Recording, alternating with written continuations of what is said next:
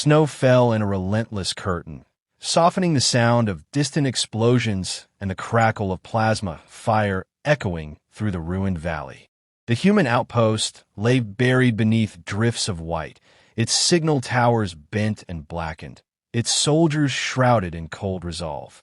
Among them, the old sniper lay prone in the snow, wrapped in a ghillie cloak that looked like it had grown from the frozen earth itself. His beard, long and white, blended into the frost. His breath steamed in brief, disciplined bursts as he peered through the scope of a rifle that should have belonged to another century. They called him Mason, though few dared address him directly. His rank had long since been forgotten, replaced by the quiet respect that clung to those who had survived too many wars. Younger soldiers whispered that he was a relic, a museum piece left on the field out of sentiment. Even the officers, when they spoke of him, did so in half-joking tones until they saw his eyes. They were pale blue and steady, colder than the ice that surrounded them, and they silenced mockery without a word. Across the valley, the alien encampment glimmered like a constellation come to ground. The coalition armies had occupied the region for weeks, their ships blotting out the horizon, their loudspeakers humming with messages meant to erode human morale. Mason listened as the translated voice of the alien commander filled the static. Humans send us their oldest to die. How touching. Perhaps we should build a museum for their fossils. Laughter followed, layered with electronic distortion, sharp as broken glass. The younger troops grimaced. Mason simply blinked, adjusted the focus on his scope, and waited. He had been waiting all morning, ignoring the cold that gnawed at his joints. The rifle beneath his gloves was an antique by modern standards, bolt action, manually loaded, ballistic instead of energy-based. Its barrel was wrapped against the cold, its sights modified to counter the faint atmospheric distortions that warped visibility. He had built it himself, piece by piece, over decades of service, trusting it more than he trusted command orders.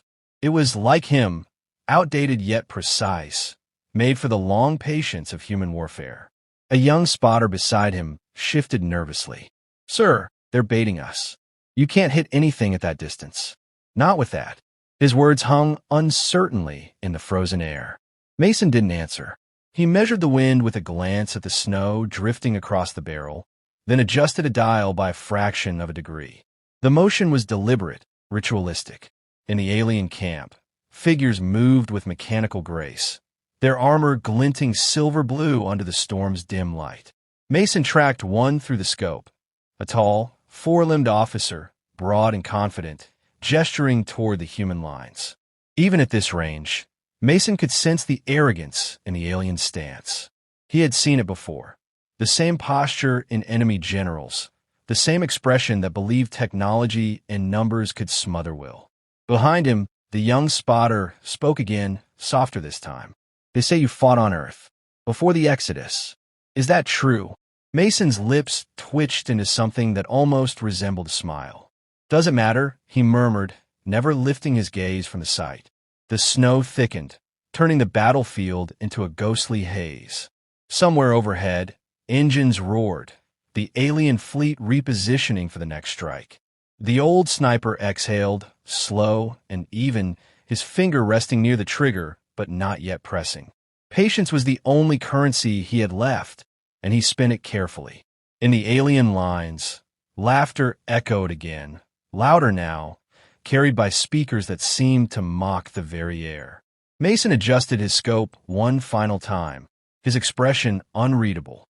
Through the drifting snow, the alien commander's faceplate caught a glint of light, a perfect reflection. Mason's breath steadied. The laughter faded into static. Then he whispered, almost to himself, "Let them laugh while they can." And the wind swallowed his words. Mason had learned long ago that war was mostly waiting. Waiting for orders, waiting for weather, waiting for enemies to make mistakes. Lying in the snow, he let the noise of the present fade as memory crept in, uninvited but familiar. He remembered deserts instead of ice, cities instead of valleys, and skies that burned orange rather than alien gray. He remembered being young, when his hands were steady for different reasons and the future still felt wide. The tremor in his fingers now was subtle but constant. Cole made it worse, aged worse still. He compensated without thinking, tightening one muscle, relaxing another, turning weakness into an equation he had solved countless times. Machines broke when they aged. Humans adapted. That had always been the difference, even before the aliens came. When the first contact war erupted, the aliens had seemed unstoppable. Their ships anticipated trajectories before human pilots finished deciding. Their shields shimmered with predictive algorithms that deflected energy fire before it landed. Mason had watched entire battalions fail because they fought the enemy the way doctrine demanded. He survived because he never fully trusted doctrine. The rifle beneath him was proof of that distrust. Ballistics were considered obsolete, inefficient, laughable against shielded foes. But Mason understood mass and momentum in a way no alien program ever had. Algorithms predicted intention. He embraced accident, deviation, and time. A physical projectile did not ask permission from probability. It carved its own answer. A faint pulse vibrated through the ground as an alien cruiser shifted position overhead. Mason did not look up. He was focused inward now, running calculations that lived only in his head. Planetary rotation, atmospheric density, magnetic interference from the ongoing bombardment. Every factor stacked delicately upon the next. One mistake would mean nothing at all. Human command had not expected success. Their transmission hours earlier had carried no speeches, no encouragement. Just a single request, heavy with implication. If there was a chance, however small, Mason was it. He accepted without comment. Submissions did not require belief, only obligation. The spotter beside him tried to mask his awe with professionalism. He had grown up on colony worlds, hearing sanitized stories of Earth's wars, stories that ended neatly. Watching Mason work dismantled those myths. This was not heroism as propaganda described it. This was endurance refined into purpose. Mason thought of the men and women he had buried, some on distant worlds whose names no longer existed. He carried them all with him, not as ghosts, but as weight. Weight kept him grounded. Weight kept him honest. Through the scope, the alien command structure began to align as expected. They favored symmetry, predictable formations, the comfort of visible dominance. Their commander stood at the center, shielded by confidence and code. Mason adjusted his position by centimeters, careful not to disturb the snow's natural pattern. The rifle settled into the earth as if it belonged there. His breathing slowed until the pain in his joints faded into background noise. There was only the sight picture now, the invisible arc the bullet would travel, and the thin margin between history and silence. Mason allowed himself one final thought, not of victory, but of completion. When the alien flagship's shadow passed across the valley and the commander raised a hand in another mocking gesture, Mason knew the waiting was almost over. He tightened his grip, feeling the familiar reassurance of cold steel, and let the world narrow to a single, inevitable line. The shot had not yet been fired, but the war's fragile balance was already shifting slowly now. The moment stretched thinner than the air itself. Snow drifted lazily, indifferent to the calculations running through Mason's mind. He felt the rifle as an extension of his body, every imperfection familiar, every resistance accounted for.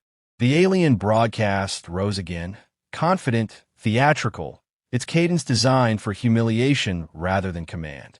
Mason ignored it completely. Sound no longer mattered. Only timing did. He aligned the reticle with a point that seemed wrong to anyone watching, far from the alien commander's center mass, far from certainty. His breathing slowed until each inhale felt optional. The tremor in his hands settled into a predictable rhythm. He adjusted for it without conscious thought, the way one adjusts for gravity or age. The spotter realized, then, that Mason was no longer merely observing. He froze, afraid that even breathing too loudly might break something fragile and immense. Through his own optics, he saw nothing that looked like a target. He began to understand that this was not marksmanship as taught in simulators. This was something older, shaped by failure and survival rather than theory. Mason waited for the flagship's subtle course correction, the one the aliens considered insignificant. He waited for the wind to stall between gusts, for the snowfall to thin by a fraction. He waited until the commander lifted his arm again, exposing a sliver of vulnerability no shield algorithm would flag. Then Mason exhaled. The trigger broke cleanly, the recoil gentle but absolute. The rifle spoke once, a dull, unremarkable sound swallowed almost immediately by the storm. The bullet began its journey, an unassuming fragment of metal crossing a distance no alien model considered plausible. It cut through wind, lost speed, then regained relevance as gravity and rotation bent its path. Alien sensors dismissed it as debris. Their shields did not react, tuned as they were to energy surges and predicted vectors. The projectile slipped through a momentary gap created by overlapping defensive layers, a blind spot born of confidence. It struck the command nexus with devastating simplicity. Inside the flagship, the alien commander never heard the impact. One instant, he stood victorious, certain of the narrative he was broadcasting. The next, his body collapsed as the bullet completed its work, shattering control systems and organic certainty alike. Silence followed, sudden and profound. Across the battlefield, alien units faltered. Orders ceased. Formation dissolved into hesitation. Their technology, so precise and powerful, had no protocol for this kind of loss. Human soldiers felt it before they understood it, a subtle shift in pressure, as if the world itself had taken a breath. Mason lowered the rifle slowly. The pain he had ignored surged forward, sharp and insistent. He felt warmth against the cold snow, unsure if it was blood or memory. The spotter crawled toward him, words tumbling out in disbelief, but Mason barely heard them. His gaze remained fixed on the distant chaos unfolding where certainty had once lived. He did not smile. There was no triumph in his expression, only quiet resolution.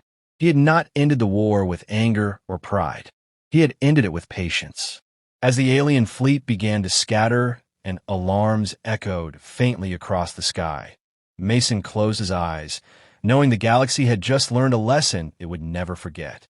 The battlefield fell eerily silent in the aftermath, the kind of silence that demanded reverence. Snow still drifted, covering alien machinery and human helmets alike, erasing the sharp edges of destruction. Mason lay motionless where he had fired, his rifle half buried in frost, the metal steaming faintly from the shot that had changed everything. The young spotter crouched beside him, scanning the horizon where alien formations once stood in perfect order. Now, they were scattered like a broken constellation, their movements uncertain, their unity undone. High above, the flagship burned without spectacle, its lights flickering against the clouds before dimming completely. Alien communication lines fractured under the weight of disbelief. No one issued new orders. No one knew what to do. Their logic, once flawless, had not accounted for something so primitive, so improbable, that it shattered faith in their own precision. The spotter reached for Mason's shoulder, half expecting him to vanish like a ghost. The old man stirred slightly, his breath shallow but present. His eyes opened, pale and clear, reflecting the dim light of the collapsing sky.